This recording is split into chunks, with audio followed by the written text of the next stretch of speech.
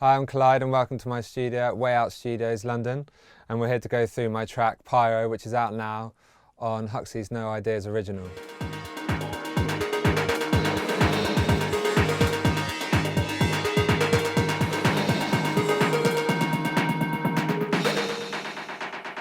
I thought we'd start with the drums, which is kind of the normal route which people go down to start a club track. This is more of a kind of rigid club track. So drums is where we start normally. So with this, I've gone down the route of, I tried to find a sample that isn't too processed. I find that a lot of, probably 90% of the samples out there are super processed, and that's really great if you want to, drag samples straight into the DAW and you can get rolling quickly. But I find that if you want to get a bit of originality, it's quite good to go backwards and start with something a little less processed. So I found a sample. It kind of sounds a bit like a kick if you were, say, in a queue to a club and you could hear it from outside. It's a bit kind of wafty. So I'll play that for you. Sorry, so it's it's very wafty, it has no top end, it's a bit flat, which if you bought a sample pack and you had that on, you'd probably be like, this is rubbish, which is kind of why I like it, because you can start from scratch and do your own processing on it, which is quite cool. So the thing I wanted to get out of that is increase the punch in it, increase the top end in it, and just make it a fuller kick all round, really. So I started by using a vintage warmer. Vintage warmer is basically a posh compressor or limiter, and it's a digital plug-in that kind of emulates analog sound. So I've used one of the kind of heavy tape settings and given it a little bit of more drive. So without it, it's kind of, with it, you can already feel it's a bit juicier. And with its kind of artificial mimicking of the algorithms in an analog mixer, let's say, or tape machine, it makes it sound bigger and fatter. So I've also gone down the saturation route. I put it through a tape saturator, and that adds a lot more top end to the kick. So as you can see, that's added a lot from here. It's added a lot of punch to it. So it's already starting to sound quite warehousey and a bit more full. If you did this on a sample that was already processed, and you can buy amazing sample packs out there which already have amazing processing. If you did this to it, it would probably sound horrible. So that's the disadvantage of having those samples, but they work well for other reasons as well, I'm sure. And then I've also gone for just a bit of standard kick drum compression on top of that as well, which isn't fully necessary. I've actually used a very similar processing chain to the lead track on this EP, Keep Me Hanging, and I haven't used the compressor but as well. This is the Logic one, but it just has that little bit of extra punch which I think this track kind of needed. And on these speakers, it actually sounds maybe too compressed, but when you're playing in a big club, it's that extra punchiness that does kind of drive the track along. And a lot of these little things do, at the end of the day, a track like this is made for the club, so that's our priority. EQ wise, quite standard. I've kind of done a low shelf, cut off most of the sounds that you can't really hear below 40, giving it a boost around 80 to give it that punch, and most of my kicks and basses, I'll do a dip at 500. That seems to be like the crossover frequency where, you know, you can kind of differentiate between the lowers and the highers. And I just find it's, with low sounds, if you dip out there, it just adds that clarity between the two without separating them too much. So that's without. It's a bit kind of, I have created quite a hollow sound by doing the other processing. So the EQing part is really important. So without it, it does feel a little bit hollow. And it's now with the EQ, it does feel a little bit more well-rounded. And I've actually had a reverb on there the whole time, so it would be, this is what it would actually be sounding like. It's very dry, which is cool. In a club, you know, that would sound as good, because when you play a track loud in a club, you're going to have a natural reverb of the room anyway, so it's going to add that. But I actually, with a lot of my drums, I send a reverb to another bus. So this is kind of like a plate reverb, just slightly tweaked, not too much of a tail.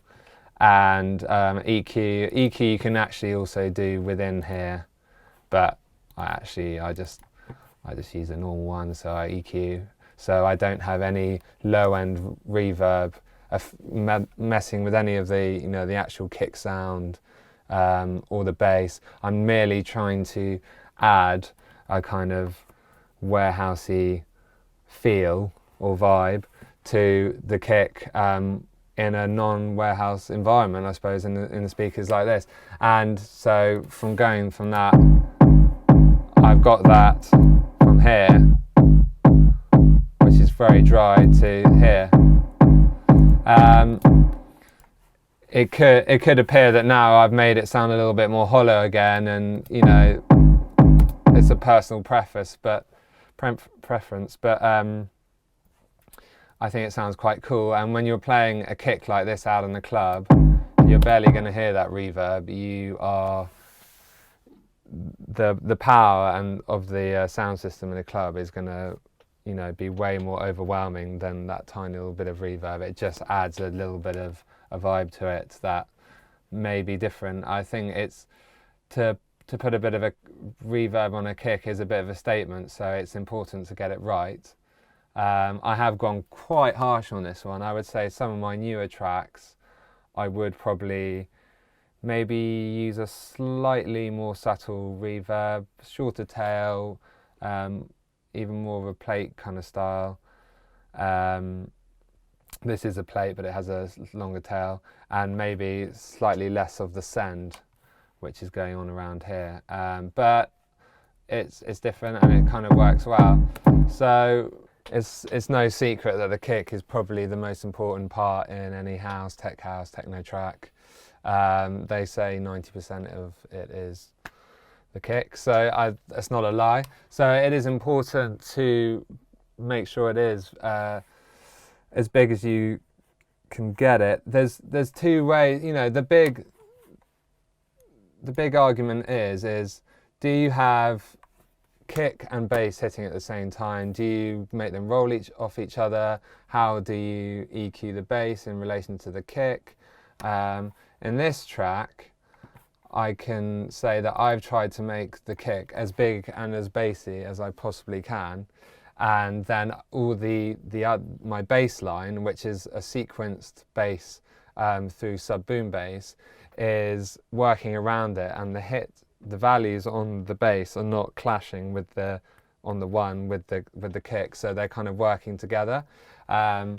That's not the only way you can do, you know, kick and bass in house or techno at all. You can have them at the same time. A lot of tech house tracks have really tough kicks, 909 kicks, and they will have quite a lot of the low end taken off it, and then they will have bass values at the same time.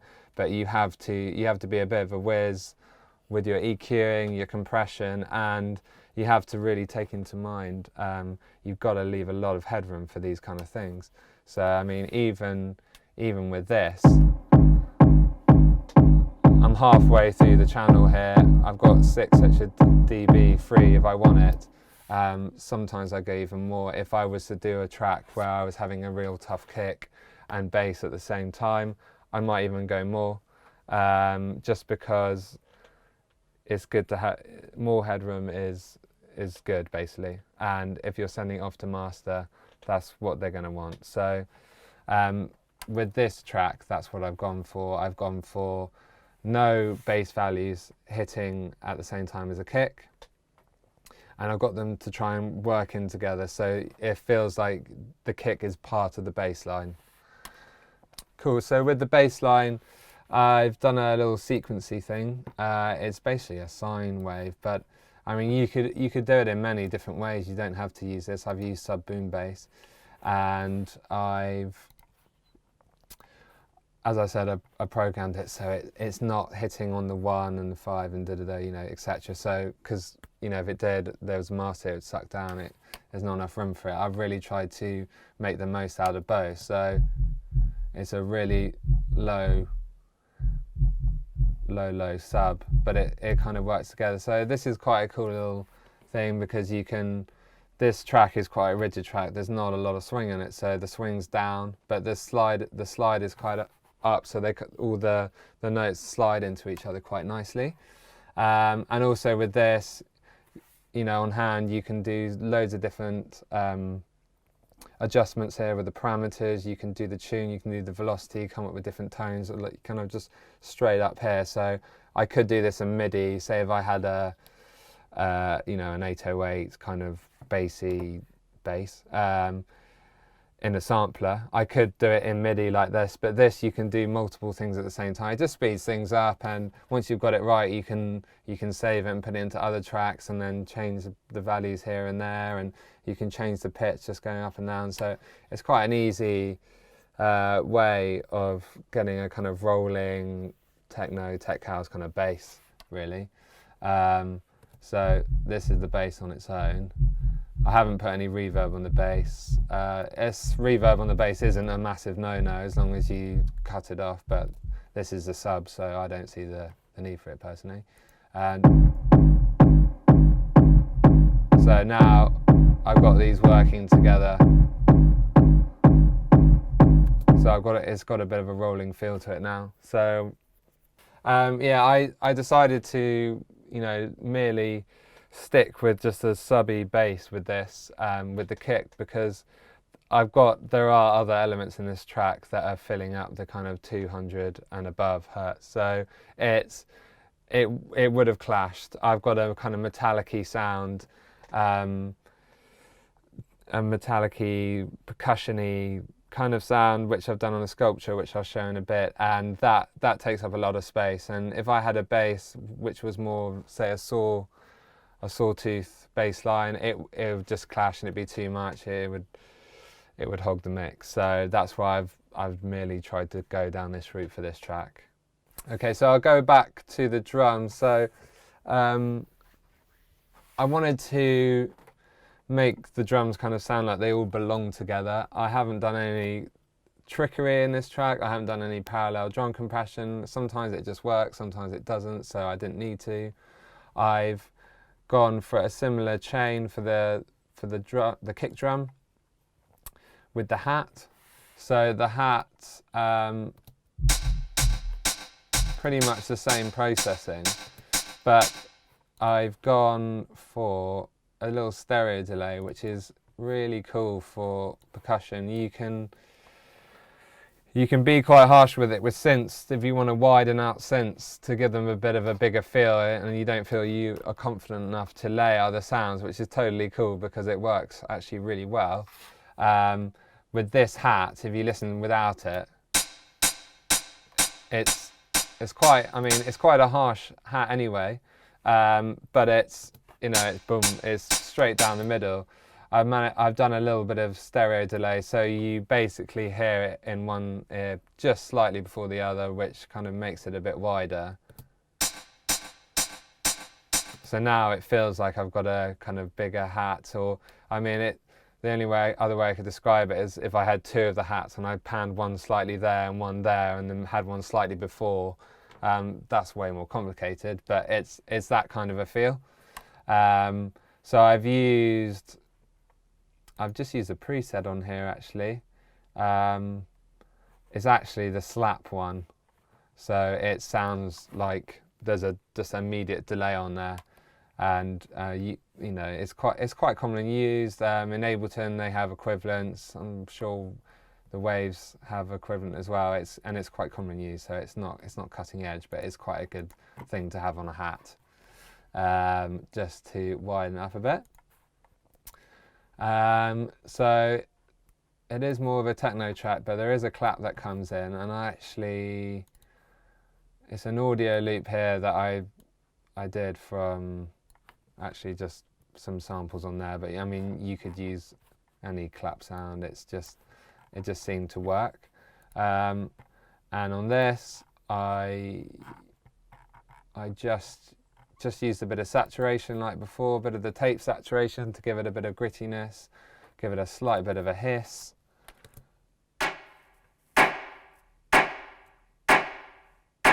I've added the same reverb I did to the kick, so it's kind of fitting.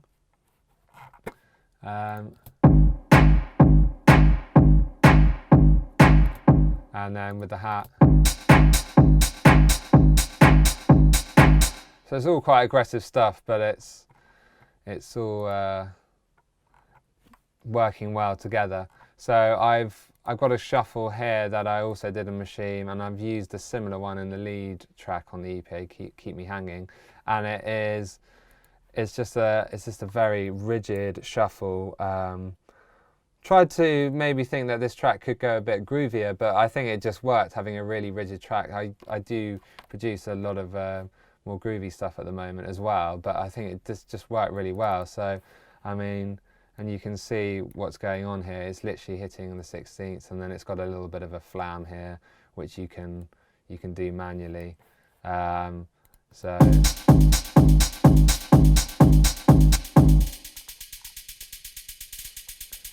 I did that on the Machine as well. I've just got an EQ on here, but I did actually do some stuff to it in the Machine. So I use the saturator in the Machine.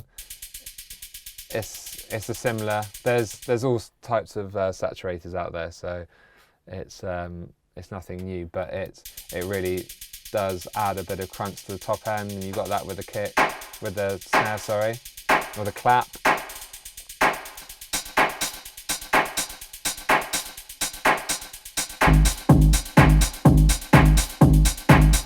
And that is pretty much the beat right there. I haven't complicated it in any other way, apart from I've tried to use the elements within that to build a bit of suspense in areas. So, for instance, this bit here.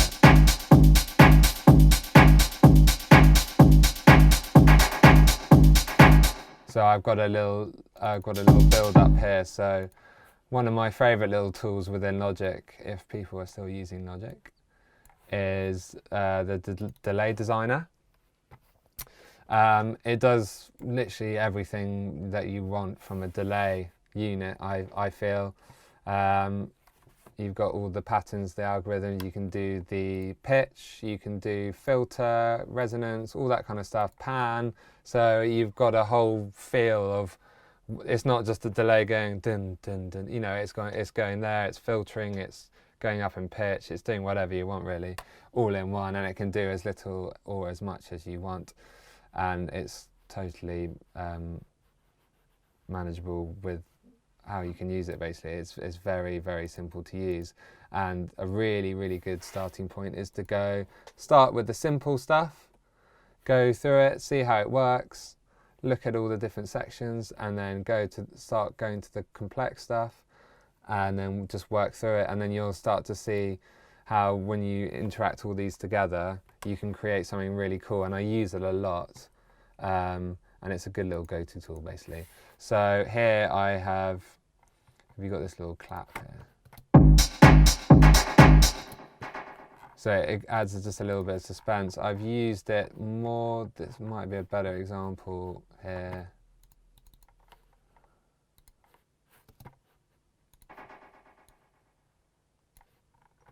So with this, we'll just play this little this bit here. So you can just hear it. You can just feel it's building up. It's just building everything up a bit, and then it goes into that, which we'll go into a minute. But if you this beat here,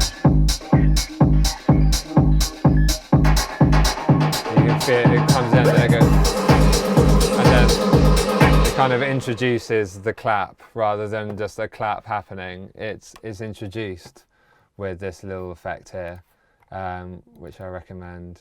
It's good to, and then it's coming in. So that's a good little thing to use.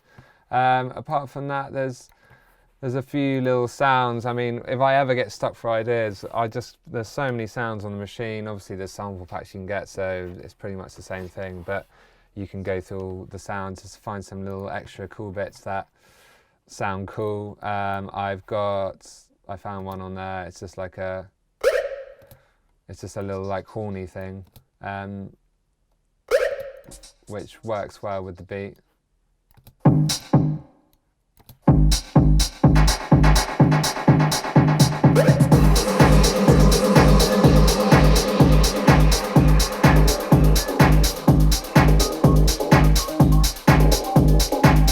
So that is essentially the beat and the bass.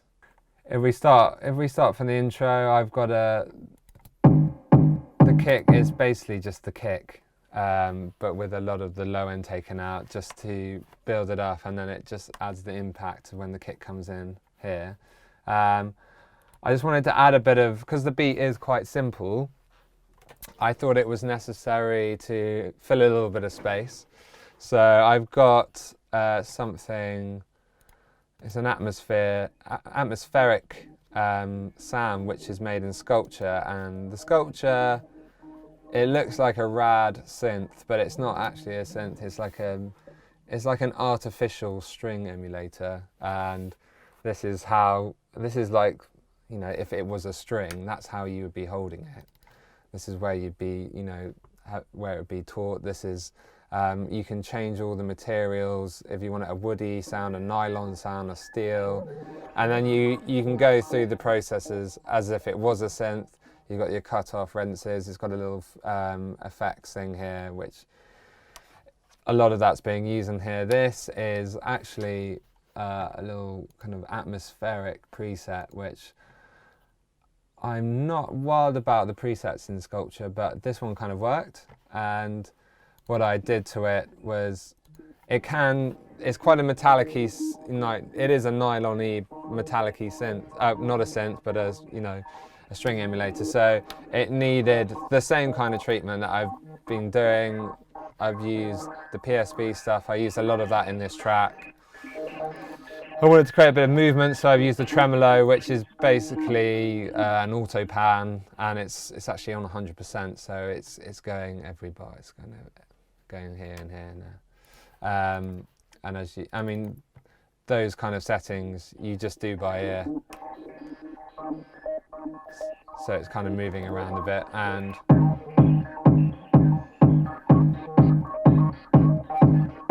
the kick on its own just sounds a bit boring. In the intro, I do use a lot of atmospheric feelers to, give it a bit of a rugged edge, let's say. So I've got a vinyl sound here. It's kind of literally just a crackle. It's pretty much recorded, say, from the beginning of a vinyl track. You can get them everywhere now, sample packs. There's a lot, if you go on freesounds.org, there's a lot of cool stuff on there as well. You can just get free atmospheric sounds that people upload. I've also got this.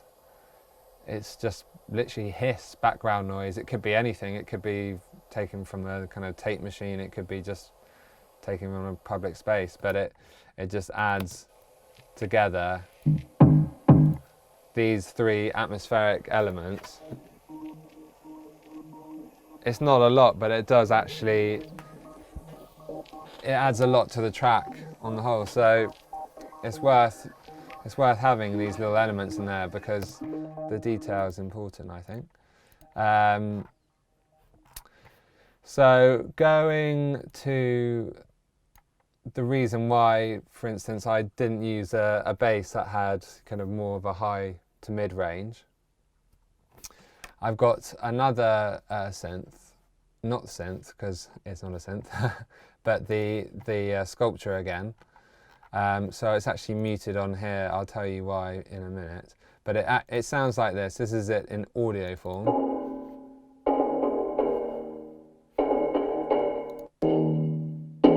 So this is it in its full. And as you can see, it is.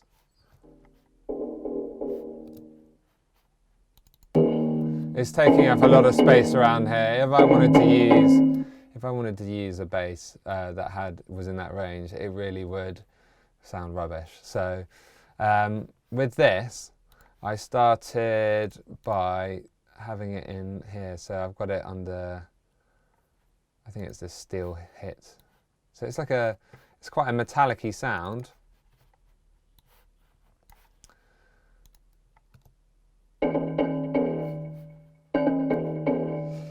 And I tweak with it. It's got a glassy feel. It's a bit weird, but it kind of, on its own, it sounded a bit rubbish. And actually on the first bounce of the track, I had it just through the synth and I played it out, I think in a club, and I played it in some other sound system. It sounded too distant from the track. It didn't really work. It didn't really gel with the track. So I kind of, because it was quite a main element, I kind of decided that it needed to be in mono, similar to the kick drum.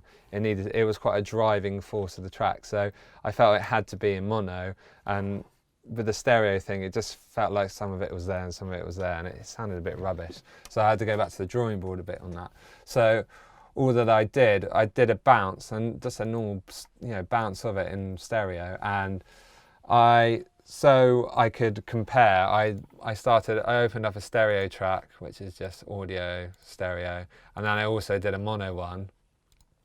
I put them side by side and just dragged the audio in so I could compare, because sometimes when you play things live on these synths, actually they're doing different things all the time. It's never the same thing every time. So I wanted to compare the same audio file in a stereo channel and a mono channel, just to make sure I wasn't going completely crazy. And luckily I wasn't. So I put it in a mono channel, and now it's a lot more central and it works better like this, rather than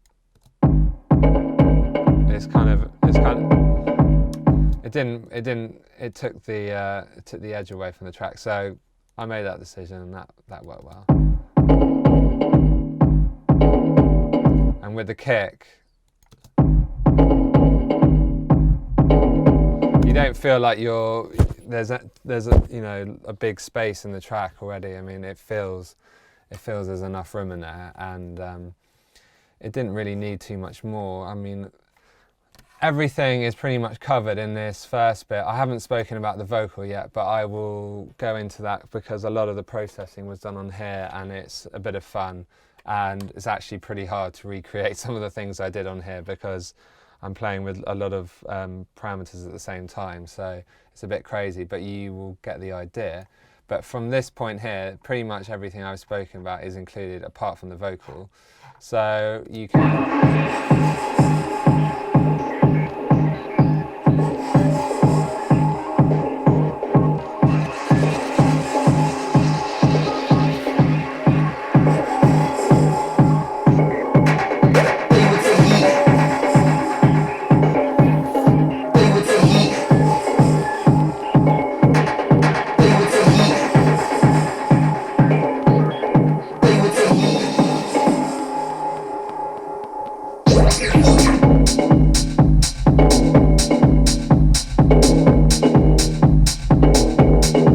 So that all kind of builds up into that, and all the elements that we've spoken about are there. There is a kind of mad thing that comes in when it drops. That is actually something I created on there. This there is a vocal here. I will get into that more in a bit. So that's like the vocal that is the only vocal on the whole track. I've just played around it loads to create different, completely different feels basically. So that is it. After I've just done saturation and a bit of kind of reverb on it, I've run it through the machine as well, just through a phaser. And you could use any phaser, and I've literally used 100% wet signal and no dry, and it somehow it's come out with this. So it sounds quite mad, but it's the only time I have it is at the front of both drops. So it's kind of a bit of a surprise, but I think that's quite a cool surprise.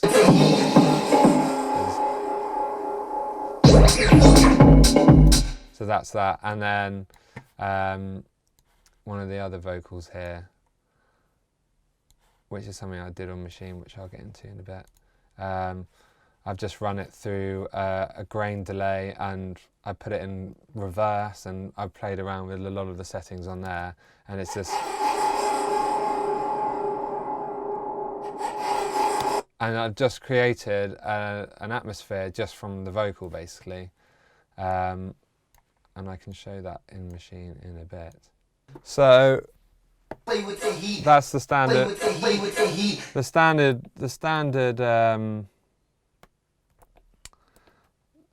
standard vocal is quite clean, but it has room for a bit of saturation in there. So I have saturated it quite a lot, and I've driven it, and you don't have to use this. I just happen to use this because I like it's cool to have a bit of hardware that's hands-on. I mean, you can use, there's so many plugins you could use, and you could just get a very cheap MIDI controller with loads of knobs on for probably about 30 or 40 pounds and do the same thing. I just happen to be doing it in here. So and of course I've been using saturation in some of the plugins on here, so it's technically the same thing, but I've just done it in there, and I've just started having fun. I would say I spend 80% of my time having a bit of fun on here.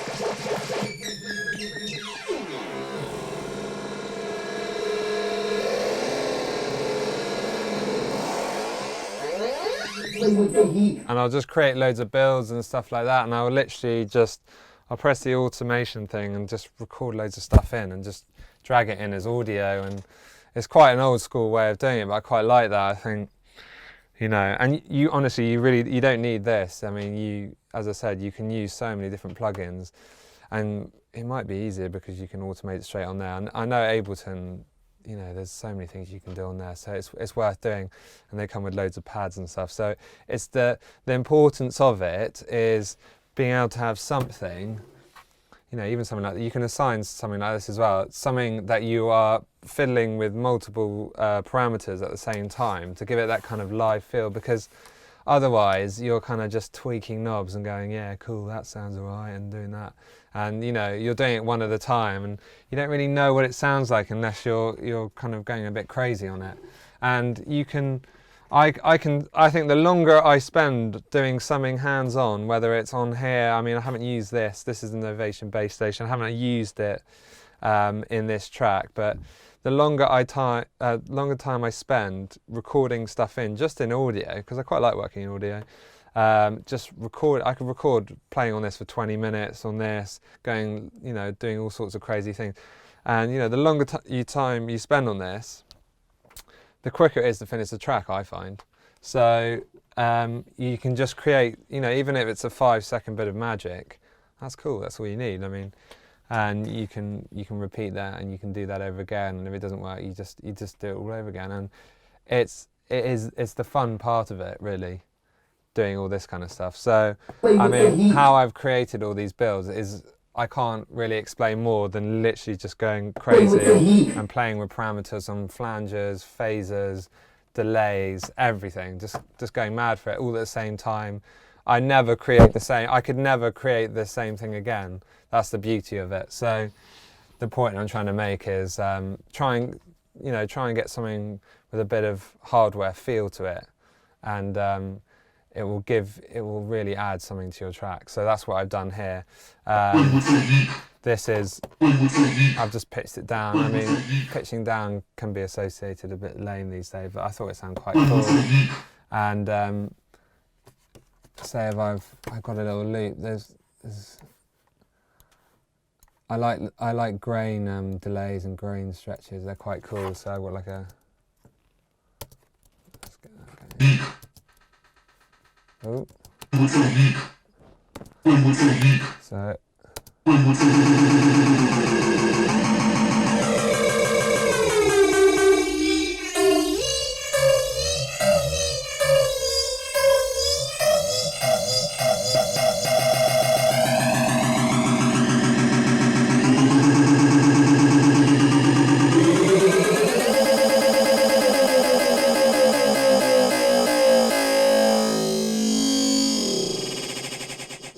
Just cool stuff like that. It's cool for builds, and it's hard to create that when you're using a mouse. It's good to have some kind of hardware to do that. So that's all I will say with that. But that's what I did with the vocal. Basically, I just spent hours and hours, not hours and hours, but a couple of hours just playing around with that and making it sound really cool. And bounce a load of audio, whack it in, and then it's a good starting.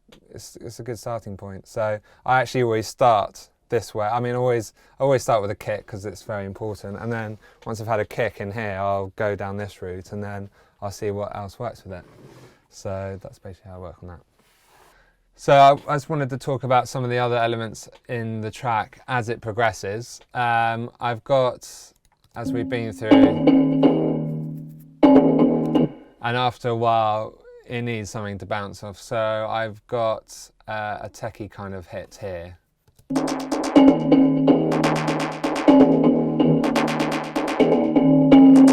It's just a standard sawtooth wave, but it's pretty standard, but it's more about the processing.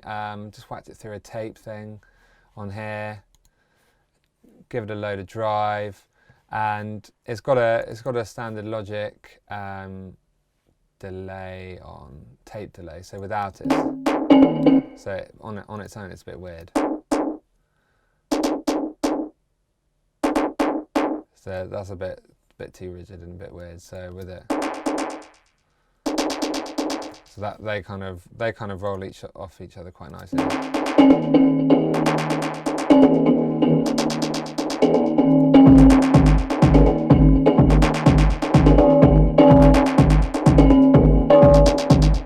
So I quite like that bit, and that kind of pushed it along. And as that is happening, we're kind of going into a section. A lot of my tracks I'll kind of build up, I'll go into some kind of a drop maybe, or maybe it'll be more of a subtle drop, and then I'll progress them along, and then I'll get to a point here where it's getting as busy as I would want it. You know, sometimes slightly busier than I would want it, but it gets to a point where I'll build it up.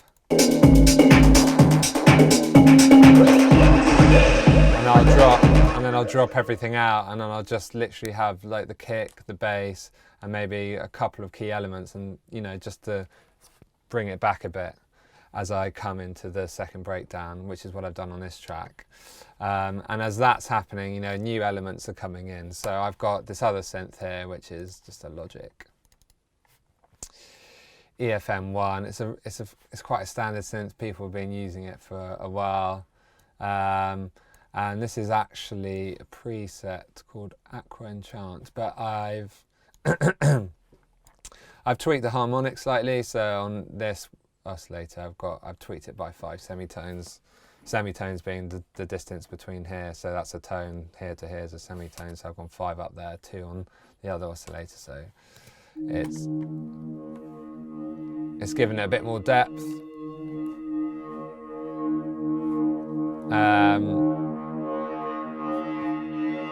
And when it comes in here,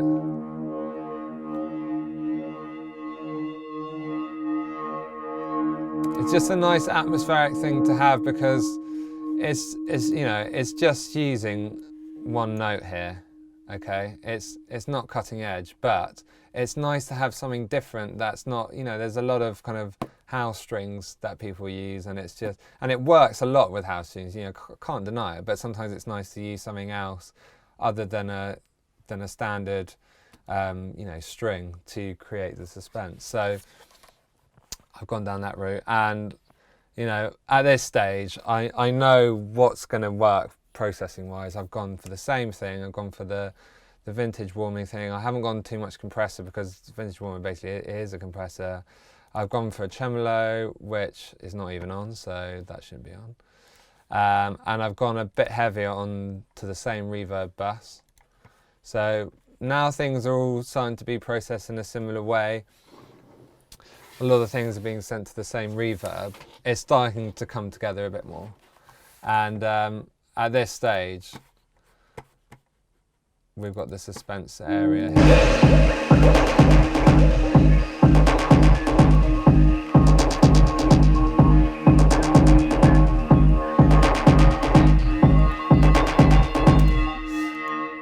So this is probably the most stripped back part of the beat here. So we're going to come into a 32 bar loop kind of breakdown where it kind of just, I use some of the cool bits that I've made on the machine or through the effects.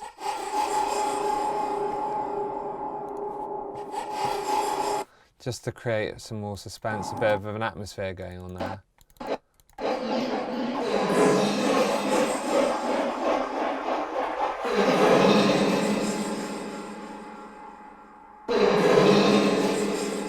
So that's all done again with just loads of effects together and playing around with all the knobs at the same time.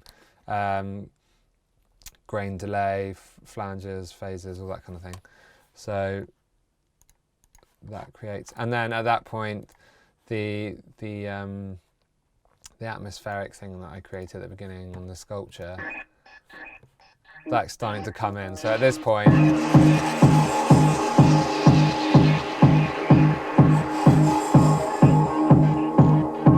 I like to keep, even though I've EQ'd a lot of the bass out of the kick here, I quite like to have this continuous beat. And even in some of the tracks I'm doing now, sometimes I just keep like some of the hats rolling just to keep it moving, because in a breakdown, it rests the track for a bit and it differentiates the different parts. But you wanna still remember it's a dance track. Some breakdowns are just like going to nothing or just like a chord, and sometimes it's a bit, I want to be, still bopping along in a club, and some people feel like that. So I keep the kick going at this stage. Now at this point, I've got just I've just got like it's just a standard square wave on a sampler, and no automation's happening on it. It's purely just filter. So it's purely just me making a little pattern here.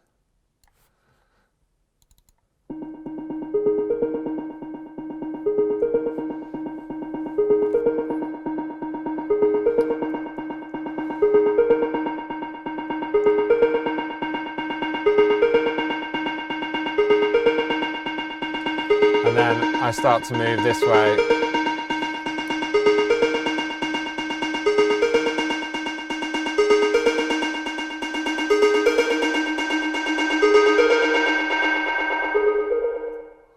Now that bit at the end is literally just a tiny bit of tape filter delay going up just to tail it off. I quite like to start to bring off the low end in the builds, just because it makes this drop here it will have a lot more impact if you're slowly taking away the low end and then suddenly it comes back in again. So the example of that happening is here.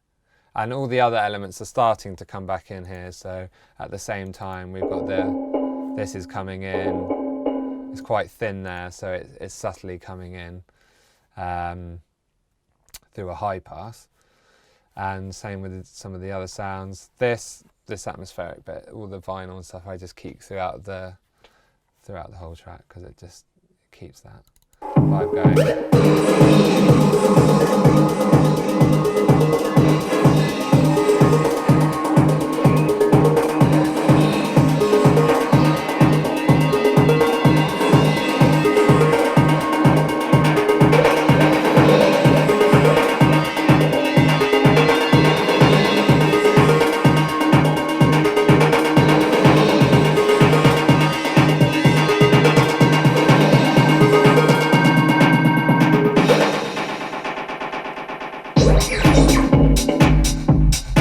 That kind of builds out, and I've got that little suspense. I've got that clap. I've just left a little 4-bar loop, just when you think it's coming in, just to create a little bit more suspense.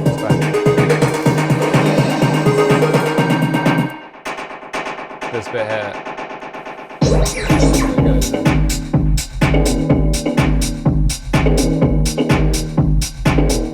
And that comes back in there. So when I get to the end of a track, by this kind of stage, it's all about structure really, and how, structure is creative, it's a personal preference. And with this track, I've chosen just to use, pretty much the same elements, but bring stuff away towards the end. There's no need to overcomplicate it. And I mean, if you want to bring in new sounds, I'm all up for anything. A lot of people do, but with this particular track, I've literally just carried on using a lot of the same sounds. Some of the atmospheric sounds I've brought back in towards the end, so it's not too busy around the second drop. But there's the odd crash here and there as well, which is on a delay, on a stereo delay, and I've used this in the second bit as well. But mainly I've used different variations of this clap delay with the delay designer, and here I've used different bits just to build them in. So this and then I've used 2 there, so just makes it a little bit more interesting. But I would say the average listener of a track like this will probably be listening to quite late at night, and they're probably not going to be going, oh, I was looking for another element there, because the next track will probably be coming in. But that's not to say that adding new stuff after this kind of, around this time of year is a bad thing, because it's a cool thing to do. But with this track, I've decided not to do that.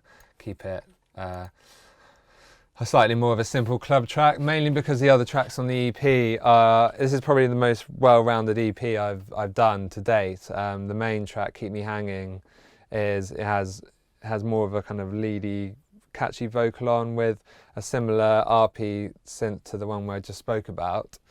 It's still quite driving, but it is a different track to this. And Huxley's done a remix of that track as well, and I mean, that's even more driving. That's on level par with this track. And then the final track on the EP is called Makosa, and it's a lot deeper. So there's a lot of stuff going on and new elements coming into that track towards the end. So as a rounded EP, I wanted to have one track that was no nonsense, just a club track really, and that's what I wanted to do with that. So hopefully I've achieved that. Going to a master, obviously, any track of mine, or anyone's track to get signed, the label will have a specific person that they rely on for the mastering. And to be honest, my mastering, or anyone produces mastering, will never be as good as a professional, because it takes years and years of practice. It's all about the ear. At the same time, when you finish a track and you want to be able to play it out in the club, it's definitely useful to have a bit of a knowledge about it, how to master a track, because you want it to, if you want to finish a track and you go, okay, that sounds really cool, let's test this out this weekend. It's good to have some go-to settings that you've been working on. So I have all the wave stuff, but I don't actually use it. I keep it really simple. I don't like to go crazy on the compression or limiting, because I think it can force what the actual track that you've spent a lot of time working on can sound like, especially in the club. It could actually go the other way and go, oh, that actually sounds rubbish, whereas if you just played the pre-master really loud, it could sound better. So I do everything very subtly, and I don't like to go crazy on compression. So I'll take a section here.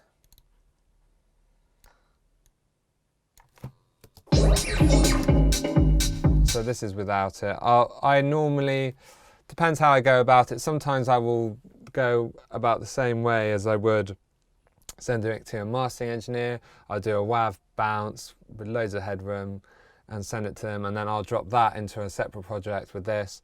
Normally, I'll just whack it straight on the output here. I've been working on a setting, I've just called it 2 Rich Master, and you know, I don't recommend using the same kind of mastering output on loads of different tracks, especially if there's different styles. But over the years, I found that this is kind of like a go-to starting point for my tracks, because they're all relatively the same sound. So I'll just turn all these on. This little gain guy here, he's not being used, and he's on 0 at the moment, but he's a good little trick. If you've got a real hot mix and you're tight for time, and you know, a lot of the stuff's going in the red, you can go through your mixer and you can you know, evaluate what's going over the 0. And if it's happening a lot and you don't have enough time to mix, and I don't suggest you do this, but it's a good quick fix. You can give it a quick minus on here, which will which will reduce it on here before it hits the final fader. And it is a trick. It actually does work, but it's not ideal. Personally, for me, I'm a bit perfectionist, so I wouldn't do that. I used to do that back in the day, but I don't anymore. But it's a good little thing as a say. You know, if you send something to them, they're like, oh, it's too hot, and say you're busy, you're on the road or something, you don't have time. If you drop it on there, it will literally drop everything in the red before it hits the fader. So that's a good little trick. But as I said, I don't need that. This is just like an analyzer. I mean, analyzers are cool to see if there's anything kind of out of the ordinary. To be honest, I'm more of the using of the ears rather than the eyes, so I can tell if something's not sounding good. But it's just something that's on there. I've got an EQ on here. Real simple, roll off the top, roll off the bottom. Anything above kind of 15k, you don't want to hear in a club. It's really going to sound horrible. This, I've gone for a little dip at the 10k just to give it a little bit of sparkle. Not really necessary all the time. I wouldn't actually say it's necessary on this track, but I've gone with it, so it seemed to work. So I've got the multi-press here. So this, this is all really, really, really subtle compression, and you probably could go a bit further, but this is, I mean, it says final pop compression. I've gone for one of these, and then I've just tweaked each section. So this is the frequency range here, and this is, you can each frequency band you can compress. So it's all very, very subtle to, wonderful ratios, like really, really, really, really low. And as a quick fix, if you think, I could do with a bit more mid-range, you can actually boost the volume here. I don't recommend doing that, because if you're doing that, you'd be better off just scrapping this whole thing and going back to the mix. But you can do bits and bobs like that, and if you want to tighten up the low end, you can increase the threshold and the ratio, etc., etc. But it's all really, really subtle, and I'm not a mastering engineer, so I'm sure there's a lot of mastering engineers watching this saying that's absolutely rubbish. Maybe it is, but this works for me for this kind of music. This directional mixer, I actually always have off, so I don't use that. That makes it a bit wider. It's good if you're doing, it's alright if you're using loads of vocally stuff, so it can make the mix really wide, but with techno tracks it takes the punch out of it, and I don't use it, I don't recommend it. And then you've got your standard limiter. I used to use a Logic limiter, and I've gone, you know, I'm very subtle. I've only gone 0.8 of a dB input, and the gain about 6 dB, and then the ceiling at about 1 here. I mean, I think it's bad to master your own tracks. I think it'd be better if you had a friend who was a really good producer, or a level producer with you who was a level masterer, and he did your tracks and you did his, and you'd probably make them sound better than if you did them yourself. Because when you're trying to master yourself, you're trying to get more out of a track that something that's been niggling in your head while you've been making the track. Go, oh, I like this track, but I didn't quite get that bit good enough. Maybe I can force it, but with the mastering, and that causes more problems, I'll be honest. So you're better off just spending more time on the mix. So I've just been very subtle with the input and the gain, you can see here, and you can tell when you're going off. If I put this, it's starting to sound horrible. It's how horrible and how much you want to push it that is acceptable. It just sounds squashed, you know, you're squashed. It gets to a point where you are just making it worse. I mean, you want unfortunately there is a whole thing about having your track as loud as possible, and you know, I can relate to that, I suppose, with when you're listening to other tracks, but you can really ruin a track at this stage, especially if you're looking to test out a track in a club. What you do on here, if you mess it up, it might alter your perception of the track in the first place, and you might go, actually that track is crap, when really it's not crap, it's just bad limiting. And that is basically it. I'm not a pro at mastering, and I don't think I ever will be, but I think I've got a few settings that have helped me, and I always compare the professional master to the one I've done just so I can learn, and with that I just tweak along the way. And it's all, at the end of the day, it's all about using your ears. There's no right or wrong answers, and there's no right or wrong software to use, because there's so many different limiters and multimeters and EQs out there. I mean, they all do the same thing. It's just what works best for you, really. I mean, I'm using Logic 9 still. There's Logic 10 out there. There's new Ableton, which is supposed to be incredible. I'm working well with this, and you know, you don't have to have all the top gear to produce a good track. So yeah, that was my track Pyro. It's out now on Huxley's No Ideas original, also with a remix from himself. And the whole package is 4 tracks, and it's out now.